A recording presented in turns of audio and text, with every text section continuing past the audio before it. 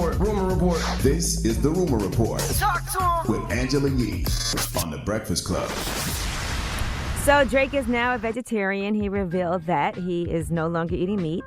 And now PETA is excited about that. They send him a basket. But what they are not happy about is that he is still partnering with Canada Goose with OVO. And they want him to end that partnership.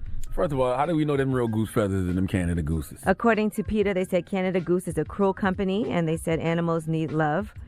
And they said, as you likely know, by ditching meat, you're helping to reduce your risk of suffering from cancer, obesity, heart disease, and diabetes. And going meat-free can give you more energy and even prolong your life expectancy. But they also said, stop wearing animals and end October's very own partnership with cruel company Canada Goose immediately. Yes, well, as soon as y'all can recommend me something else that's going to keep me warm in these cold winters, especially in Canada and here in New York, I will. They Okay. say Canada Goose touts a fake love for the environment, yet kills ducks and geese for their down and uses painful steel traps to catch wild coyotes who pray to make it back in one piece to their families, but instead suffer and are killed in horrible ways so that their fur can go around someone's neck. Who cares what happens to coyotes? Wile E. Coyote chased the road runner for years, damn near torturing them, using all kind of bombs and everything, and all of a sudden people care about coyotes? That's not real. And do goose feathers grow back? I don't know. Why don't we use hair? I'll be thinking about that. You don't ever be in the barbershop and see all the hair that's on the floor. But according to PETA, they kill the ducks and geese for their down. So that's what it is. Not just like they pluck the feather out and let them go on their way. And What you mean? Human hair? Yeah. And people's coats? Why are you acting like that's so strange? You use animal skin and furs and feathers, so what's so different about human hair? Never thought about that. Exactly. They can have the hair from my laser hair removal. And by the way, ducks are very yummy. Drop on a clues bomb for duck. I love duck. Oh my gosh. God damn it. All Duck right, is amazing. PETA. Well, this is Charlamagne saying that. Yeah, you goddamn right. It's Charlamagne saying it. I'm the only person in the You world never that had eats duck? You never had a duck taco? I don't eat that anymore. Well, but have I had it? Yes. Oh, now all of a sudden you don't eat duck. All right, whatever. You know, I mean, listen, all you can do in life is do better. There you go. That's it. Duck Always is try to great. do better. Duck is doing better. That's better than chicken. All right, now, And more Alexis expensive, is too. partnering with Babyface. They're Right. doing a scripted music series that takes viewers behind the scenes of the New York City music scene in the 90s. So that should be pretty exciting. It's an untitled, hour-long dramedy. I know I'm here for that. So I think that should be pretty interesting, seeing Babyface working on this in the 90s in New York City. I'm always down for some good 90s something, whether it's old school 90s R&B, 90s music, or scenes from the 90s. I'm with that. All right, Chance the Rapper did an in-depth conversation on Pitchfork's Inside Out podcast.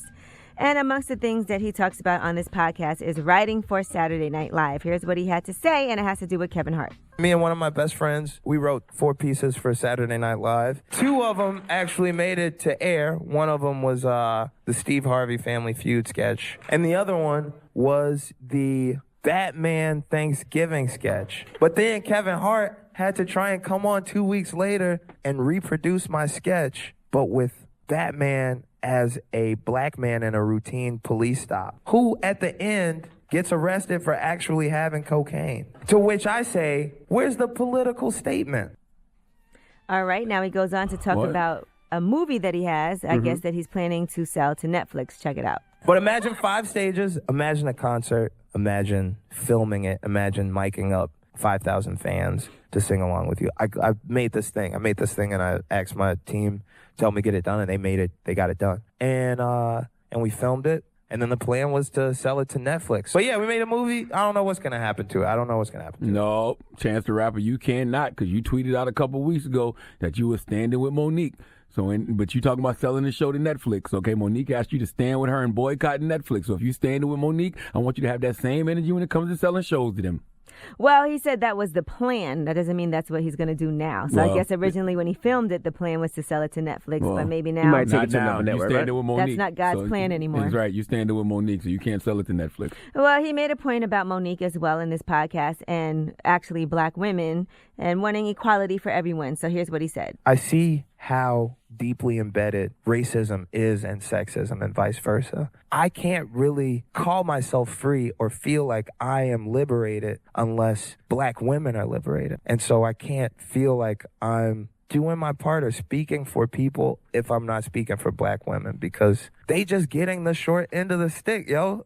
He's right, and I agree with everything he's saying. But he better not sell that show to Netflix because he said he was standing with Monique, okay? that tweet will be used against you in the court of the Breakfast Club. And I guess when it comes to Monique, what he is saying by that, what he means by that is basically, you know, we do deserve better. Black women deserve better. So he stands with that message. Now, whether or not he knows the ins and outs of her particular situation is different. And he tweeted out yesterday that there was a serial murderer in Austin killing black and brown people.